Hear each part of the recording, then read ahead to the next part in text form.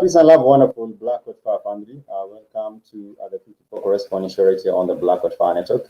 It is yet another interesting Tuesday, being the 1st of September, the year 2020. And of course, there is a jam that I do really love, and that is the first of the month. And athletes by Bone Dogs and Harmony. I think if you're looking forward, if you're looking for a soundtrack to your day, that would be a perfect soundtrack, which is the first of the month by Bone, Dogs, and Harmony.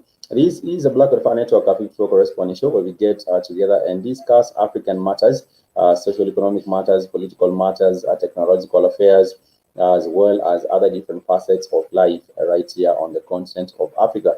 And my name is Pikes, and I remember you can get interactive with me using different social media platforms. We are on Facebook, Black Fire Network Radio Station, as well as on Twitter, Black Fire. We are also on YouTube, as well as all these different social media platforms. Remember, you can also get to stream some of our podcast shows, even on Spotify, as well as on Spreaker. Just head over to Spreaker and look for that. Look for blackcotfirenet.com. We also do have a delightful and easy to navigate website, which is www.blackcotfirenetwork.com. If at all you're looking to find us, you can simply find us on that particular platform where we get to build each other with information, because we believe that no one has a monopoly of knowledge. No one actually knows everything, and of course everyone has a thing to learn from each other, and that is why we do have a community chat on that particular platform where different people can just come on board and just share their experiences or just share the knowledge that they do have, as well as some information, whether be it topical or whether be it trending. We do have those particular platforms where people just get to interact and just get to learn more about about what is happening on the African continent, and not just about the African continent, but even globally.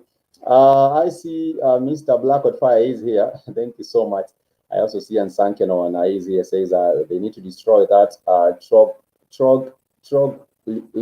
troglodyte and all his kind throughout the land. And of course, I see a wonderful background. There is now a wonderful background. I hadn't seen this earlier. Thank you so much, Mr. Blackwood Faki, for actually creating this particular one. Asante sana. And also, we shall be discussing what has been happening across the African continent, and we shall be talking about Zimbabwe today. Our main focus for today is the Southern African nation of Zimbabwe, and it's very, very sad to see that there has, one one regime or one regime can actually take back all the gains that have been made by a former regime by taking back the land and giving it to its rightful people. But right now, we are hearing about a situation where now the land has to be given back again to these colonizers, which is crazy. But nonetheless, before we get into that, I want to update us on what is happening in Sudan. In Sudan right now, we do have the issue of the peace talks. We do have the issue of the peace talks in Sudan. And what has happened is that they have been signing of some peace deals, of course, with 5 different rebel groups. And of course, something around is saying peace are getting ready for. I know that duty calls and you have to hit the plantation and Sankiron, and it's all good. We understand, but we thank you for checking in on us right here on the Black Wildfire Network. Talking about chaos and talking about insecurity, we do have the nation of Sudan. We do have the nation of Sudan, and in Sudan they have been having challenges in terms of insecurity because of the internal fighting by different rebel groups.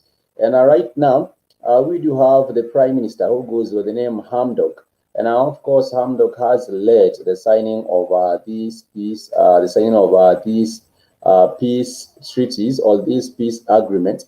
And of course, this is with 5 key rebel groups, and that was signed yesterday, which is a significant step in the transitional leadership goal of solving the problems of the civil conflicts in this country. And of course, the rebel groups that are signed include the Justice and Equality Movement, the Mini Minawi Sudan Liberation Army, and of course, both of Western region of Darfur and the Sudan People Liberation Movement, which is the SPLM, led by Malik Agal, the president in the president in South Kordofan and the Blue Nile. I do believe this is a good move, but we have also seen some of the rebel groups deciding to stay away from the talks. Some rebel groups have decided to stay away from the talks. There is one particular one which says that some of the leaders of these peace talks are also militias, and therefore there is no way there is no way they will be fair. They will have a lot of a bias because some of them have conflicts of interest, and therefore we have seen one particular group that decided not to step or not to get involved, to step back and not get involved with this particular peace deal. Which is bringing together all these different kinds of rebel groups coming, especially from the Darfur region, as well as other parts of Sudan, where we have had civil conflicts because of the fighting. And most of the time, you do find the fighting is being brought about by different groups that are in this agreement about, maybe the control of different areas in Sudan. Before Sudan broke into two, right now we do have Sudan and South Sudan. Before Sudan broke into two, Sudan was actually one of the largest countries in Africa. And therefore, you would have one particular region being a control or under the control of one different rebel group, whereas another region is also controlled by another different rebel group. And of course, one of the most prominent groups is the SPLM group. And of course, when you get to ask yourself where they do find all these guns, where they do find all this ammunition to go and involve themselves in the civil fights and these wars, you do have to realize that there are, of course, some people who do fund most of these rebel groups. And of course, the goal of funding such rebel groups is to continue causing chaos in this country so that there can be the stealing of resources and, of course, keeping the country in poverty once these resources have been taken over by these different rebel groups or by different functions, of course, who front as rebel groups. Some of them might not even be actually rebel groups. Some of them might just be fronting forces, just fronting, what can I call it? It's like there is, the face of it is a militia group, but what it is really is not a militia group. Like you all know, Sudan is really much in terms of resources, in terms of natural resources, and it's one of the biggest oil producers in the continent. And therefore, when you do have instability in these areas, even though the country is so much rich in oil and other different resources, the people themselves do not get to feel the benefit of these resources. They do not get to benefit from the gains of the oil being sold into the international market or are being sold into other different places because of the consistent fighting. And because of the fighting, we have seen many people being driven away from their homes, not just in Darfur, but even in other different areas where people have resorted to running away and are getting into Kenya. We do have many Sudanese refugees in Kenya. We also do have many Sudanese refugees in Uganda as well. Uganda has played a home for many different refugees coming from different countries. But what I would like us to realize is that I believe this is an important step towards, getting peace and also getting, getting rid of the chaos in this particular country. And I do hope that they will honor, these rebel groups will honor this particular signing of the treaty and, sort of a ceasefire and enable the people to conduct their business or go on with life in terms with a goal of, fostering development in this particular country. Personally, I believe that Sudan has much potential. There is vast potential in this country. And if people got it right, if people were actually to get it right, and work together in terms of bringing peace in this country, then with peace the goals of development can be achieved. And of course, before this particular incumbent prime minister, before Hamdok, is called the Prime Minister Hamdok, before him we did have the ousting of the former president. The former president goes by the name Omar Bashir. Omar Bashir was the former president of Sudan, and Omar Bashir was also involved in some of the conflicts. For example, some of his army were involved in the killings in Darfur. And of course, there is different cases that there have been cases that have been taken to the International Criminal Court that have, of course, that have to do with these particular conflicts and the killings of the people in Sudan, part of Darfur. But nonetheless, I was saying, I do hope that after they deposed him, after they deposed Omar Bashir, what happened is that there was a military authority for a while, and then there was the continuation of the revolution, and therefore they moved from a military regime or a military authority now into a transitional government, and the transitional government is now being led by this particular leader in Sudan, who is known as Hamdok. The prime minister is known as Hamdok. And yesterday there was a meetings with different rebel groups, and there have been discussions on how to find a lasting solution in this great country of Sudan. I do believe before even we did have things like before we did have the nation itself, what you do call the present day Sudan. This was the land of the Nubians. This was the land of the Nubians, the tall people, the tall, strong people who were known for their fighting skills. And of course, I will not go into the history of the Nubian people, but the Nubian people of Sudan are really a great people who can be able, really, I do believe, to even work together in terms of finding lasting solution for their country. Robert Williams, thank you so much. That is Bob Williams. Robert Williams sounds like the name of a music star. But nonetheless, Robert Williams, I do welcome you to the 54 Correspondent Show. We just get together and discuss different matters that have to do with African news. Just getting to update you on what is happening in different African countries. And talking about Sudan, we also do have another country that has also seen a military control. But this is not now in West Africa. This is not in East Africa. Now this takes us all the way to West Africa, the nation of Mali.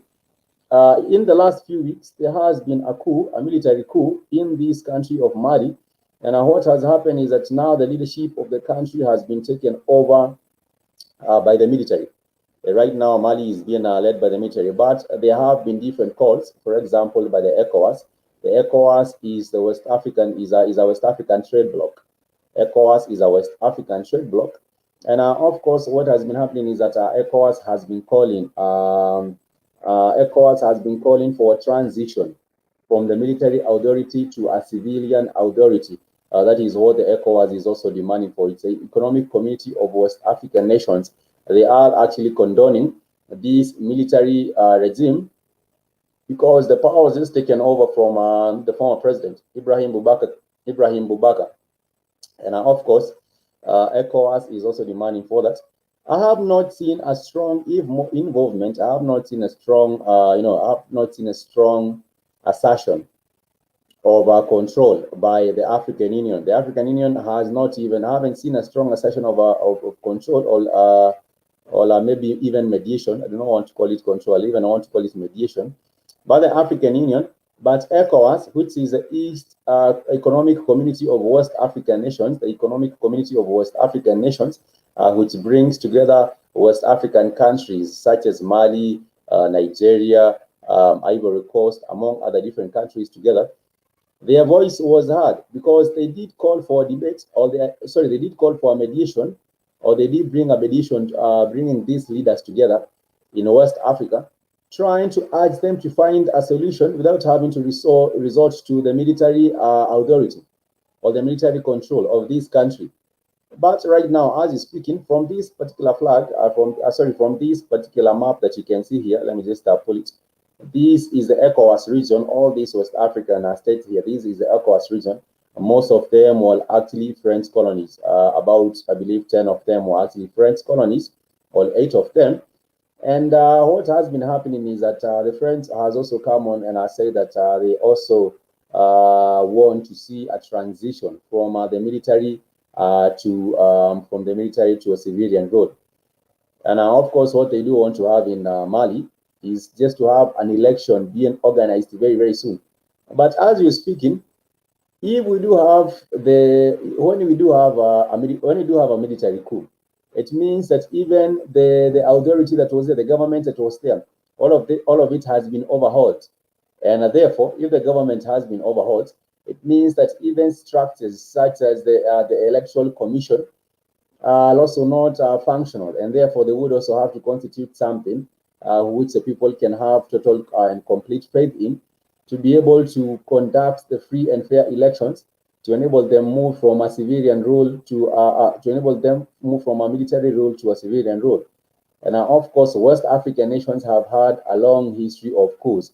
I believe more than any other part of Africa, West Africa has had the biggest history, the biggest number of coups being conducted. And of course, it is said that the French also has had a hand in this particular kind of a legacy, or in this particular kind of a history. And like you said, most of these particular countries were French colonies, and therefore we have seen sometimes the hand of the French being involved in, trying to get one particular person from power, and then just to substitute them with another one who is also a puppet. So the West African people should really beware. The West African people of Mali should really beware that this process might not even be geared towards having a civilian rule, a resumption to a civilian rule. This particular process might just be focused on getting rid of one puppet and getting to replace them with another puppet. And therefore, we do see, for example, some of the things that have caused the chaos and the revolution in Mali is because of insecurity. First and foremost, insecurity. We have found out about bombings and attacks in Mali. For example, a place called Mopti. Let me just share with us an image of Mopti so that you can see where Mopti is.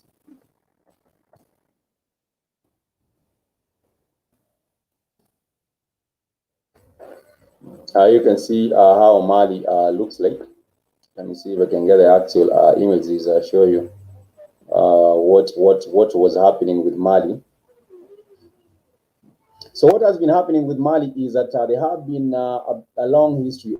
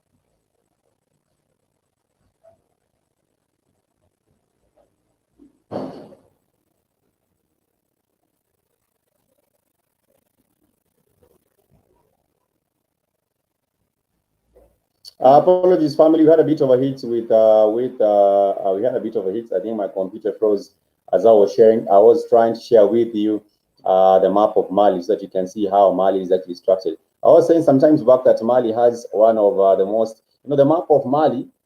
You cannot even tell the shape. You cannot tell whether it doesn't have. Of course, many countries do not have a definite shape when it comes to map. But Mali's map, whomever divided, however Mali was divided, I think that was also meant to cause chaos. The way this particular country has been carved out. I believe in the Berlin conference, where we did have nations being carved out in Africa, I believe these particular people also meant to bring chaos to this particular country because their map, if you look at their map, really looks sort of, it's hard to tell. I like to be you saying hi, family. I agree, and Sankenon. And of course, you saying in regards to the issue of, in regards to the matter of Zimbabwe. And what has been happening is that the government of Zimbabwe has actually agreed. The government of Zimbabwe, thank you so much, Asita Lebira. I trust that you're doing well. I do hope that you are also, I do hope that your morning is coming up fantastic. And of course, I was sharing with us the story of Zimbabwe. Before I finish up on Mali, let me just jump for a while. I'll get onto Zimbabwe, what has been happening in Zimbabwe. So what is happening in Zimbabwe is that the Zimbabwean government says that foreign white farmers can apply to get back seized land. And of course, this is the current regime led by the one and only Emerson Mnangagwa. And Emerson Mnangagwa right now is on a retrogressive track. The land was actually seized back from the white farmers by the former president. The former president goes by the name Robert Mugabe. Robert Mugabe took back many acres of land that had been taken by the white farmers, and he actually gave some of this land to the black people and divided it amongst the black people. But what is happening right now, as you speak, is that the foreign white farmer settled in Zimbabwe, whose land was seized under Robert Mugabe, can apply to get it back and will be offered land elsewhere if the institution proves impractical. The government said on Monday. This was a finance minister. Talking on Monday, talking yesterday, as well as the land minister. And of course, last month, Zimbabwe had agreed to pay $3.5 billion in compensation to local white farmers whose land was taken by the government to resettle black families. And of course, what is happening right here, if you can see even from his t-shirt, he is the president. If you can see from his t-shirt, he says SADC against sanctions, 25th October 2019. What he's trying to do, which I believe is still a damn move, what he's trying to do is really have the sanctions lifted. Is really have the sanctions lifted by the Western sanctions lifted, because this particular country has been put under various sanctions, and this does not just happen to be a situation where it is just a coincidence. It has not been put under sanctions as a coincidence. It has been put under sanctions because of the former regime of Robert Mugabe, who actually took back the land from the white farmers and divided it amongst black families. And of course, these Western countries were not very much happy with it. And of course, that is why they decided to have many sanctions, especially economic sanctions on Zimbabwe, which has crippled down its economy. Right now, if you look at the economic progress of this particular country, it has stagnated and, of course, been on a decline even because of these sanctions that have been put on the country. I do like to call sanctions economic terrorism. That is what I do like to call it, economic terrorism, because you are talking about a country being crippled down to its knees, economic-wise, by the use of these sanctions. The EU, the European Union has sanctions on Zimbabwe, and also the lenders, for example, the IMF and the World Bank. They also do have restrictions on how to deal with Zimbabwe because of these restrictions. Because of these sanctions that have been put on the country. And therefore, you do find that they have even tried using different monetary systems. And every now and then they try to switch from using the American dollar, try to use the Zimbabwean dollar. And then after a while, that doesn't work. For example, the country, even though it has arable lands that people can farm and secure food and have food security, you find that even still now, people in Zimbabwe, they do talk about food shortage, and we're talking about people being in a situation where they are not able to fend for themselves, and they still have arable lands, but most of these arable lands have been taken away by the white farmers, and now the government now still wants to take back from the farmers from the black families and still give them land, give this land to the white farmers, which is actually utter nonsense. I do not understand how any kind of a government with proper in a proper thinking government and any proper thinking leaders can actually even think about such a move, giving back the land to the white farmers. This is like, people talking about fighting for freedom and chasing out the colonizers, and then telling the colonizers, we were sorry, and we realized we were wrong for chasing you out. We want to call you back and give you some of the land which you had stolen from us in the first place. And of course, I do not know how the people of Zimbabwe feel about this. Later on, we shall be having Rumbi Muzopa, who is, of course, our correspondent from Zimbabwe. I would love to know what are the sentiments of the people of Zimbabwe in regards to this particular move, because I don't believe even anyone would vote for such a leader. I do not see anyone voting for such a leader who comes back and says, "Oh, we need to give back the land to the white farmers, and we were wrong for taking it back, and we want to give it back." And it's psychotic. Yeah, exactly, that is what it is. Light bearer, it's psychotic, because how then do you expect your people to also get food security?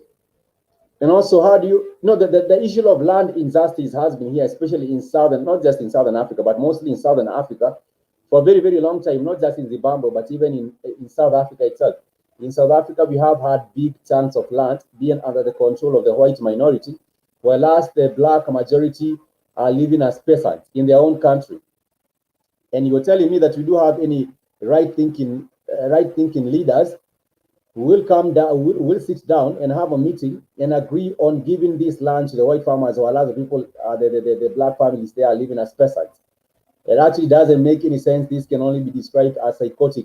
And these are the kinds of things that would actually lead to a revolution. I don't know how the people of Zimbabwe are taking this, but this is actually a very, very serious matter. This is not a matter where you just joke around about and just brush it off. This is a matter that needs to be addressed by the people, especially the youth of Zimbabwe, simply because they have been taken on a ride with this one.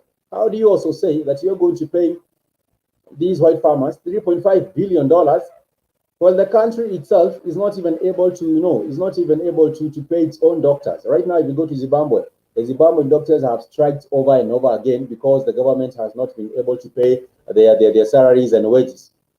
But right now, instead of focusing on the most critical matters right here in Zimbabwe, they are only focused on looking at how to please the white farmer. They are focused on how to please the white man in Zimbabwe, and that is how the white man will continue, treading on the heads or on the heads of the people of Zimbabwe. This is utter lack of self-preservation. I believe this is utter lack of self-preservation, because there is nowhere you will find reparations being paid to the oppressor. How are you going to take the oppressors, the white farmers who came in and took over the land and oppressed the people, and then give reparations to the oppressor? Later on, I would be talking to the sister from Zimbabwe, and I just get to know what is the consensus around the issue in Zimbabwe. I would really love to understand how the people of Zimbabwe are taking this, because this is the kind of thing that would actually also necessitate for a change in the leadership in this particular country. 454 says, you don't know what you're talking about. You are clueless of what is happening in Zimbabwe. We should be the ones talking. 454, I would love to know what is the consensus. That is what I would love to say. What is the consensus around this particular matter? And why do you have money to pay 354 billion? How do you have money to pay billions to the white farmers, while you do not have money to pay the doctors themselves. Help me understand. If you're able to join us on the show, you can join us, but help us understand how you do have money to pay reparations to white farmers, while us, the farmers, the other people, the Africans in Zimbabwe themselves are living as peasants. While us, you do not also have the money to go and pay the workers, the public workers in this particular country. Is this the priority? Is this a matter of priority? Is this even supposed to happen? Not even a matter of priority, but should in the government be focusing on other different important matters? For example, addressing the issue of the COVID-19 right now. Many governments have been shut down. Many businesses have been shut down, among other different things. And it's crazy. I would love to know what is the consensus. I think this is actually a Neanderthal. This is actually a Neanderthal. If I'm not mistaken, this is actually another Neanderthal who is coming up and saying that they would be the only ones free to talk about it. But I do believe all these farmers should have been kicked out in the first place. I do believe all these farmers should have been kicked out in the first place. And that is exactly what Robert Mugabe did. And also in South Africa, this is the same thing that should happen. There has been many, vast pieces of land that have been taken over by the white minority in South Africa, while the people in South Africa continue to live as peasants in their own country. And when you're talking about addressing the issue of land injustices, Julius Malema has actually talked about it in Julius Malema has actually talked about it in his, of course, in his with his party, which is called the Economic Freedom Fighters. Because there is no way you can have a country moving forward. You cannot have progress. There is no way you can have progress without first and foremost addressing the issue of land injustices in any country. For example, so many people living out land titles. Land titles. Some of them have even started to encroach, places like forest, because they want to get involved in productive agriculture, but they do not have the land themselves. And therefore, what they would actually do is try to encroach on forest, to encroach on the forest. But nonetheless, like we said, we will not let the Neanderthal have his day. We do have a sister from Zimbabwe, and we do hope that she can get to give us the consensus around this particular matter. And what are the thoughts of the people of Zimbabwe around this particular matter? Because if a leader just comes up and says that I think one of his priorities is giving back the land to the white farmers, I think he has the wrong kinds of priorities. We do understand that there is a need to have the sanctions lifted, but of course, even if you do give back this particular land to the white farmers, I don't believe this would actually necessarily mean that the sanctions against Zimbabwe will be lifted. I do believe this is some sort of a twisting the hand of the people of Zimbabwe. I don't believe that any economic sanctions on this particular country will be lifted. This is a sort of a maneuver to sort of twist the hand of the government of Zimbabwe. And any leader who is not a puppet leader would actually see this for what it is. But right now, as you know, we did have the removal or the deposing of the former president, who was Robert Mugabe. He was deposed from power, I believe, 2 or 3 years ago. And that is when they did put in place this Emmerson Mnangagwa. And of course, Emmerson Mnangagwa, later on, they did have an election. And I am not certain that this was a free and fair election as well. I am not 100% certain that this was a free and fair election as well, because there has been the allusion of even the Chinese being involved, or even being in cahoots with the removal of the former president and the inserting. Let me just call it inserting, or just putting in a new president who was Emmerson Mnangagwa. But nonetheless, like I said, we do have some correspondents from Zimbabwe, and we shall be getting to discuss this matter even with a sister from Zimbabwe. She goes by the name Rumbi.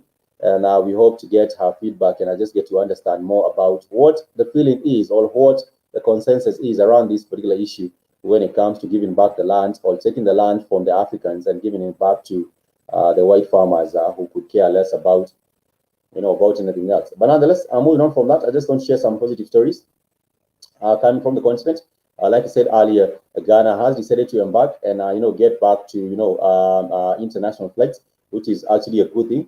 And of course, the government has decided to do this because the numbers from today, the numbers have declined. The numbers of the COVID-19, as I say, have declined. But like I always keep on saying, I do not believe in this issue of I do not believe in this issue of the numbers as they are reported. From what I can see, I see there's a one-stop solution, an integrated design, a portable generator. I think this is what we might need. We have had a bit of a problem with the electricity. Sometimes right here in Nairobi, Kenya, this would be a good one, but nonetheless, I'll check it out. This is the AN portable generator. Seems like a thing that you would be willing to consider.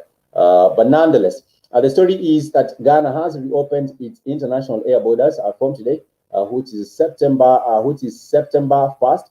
And of course, talking about the reopening of the air borders, it's a good thing because Ghana is a country that is also heavily reliant on tourism, and of course, they would love people to be able to come into Ghana and also fly out of Ghana. And from what you can see, this is the president, Mr. Nana Akufo-Addo, and this is him in Geneva last year.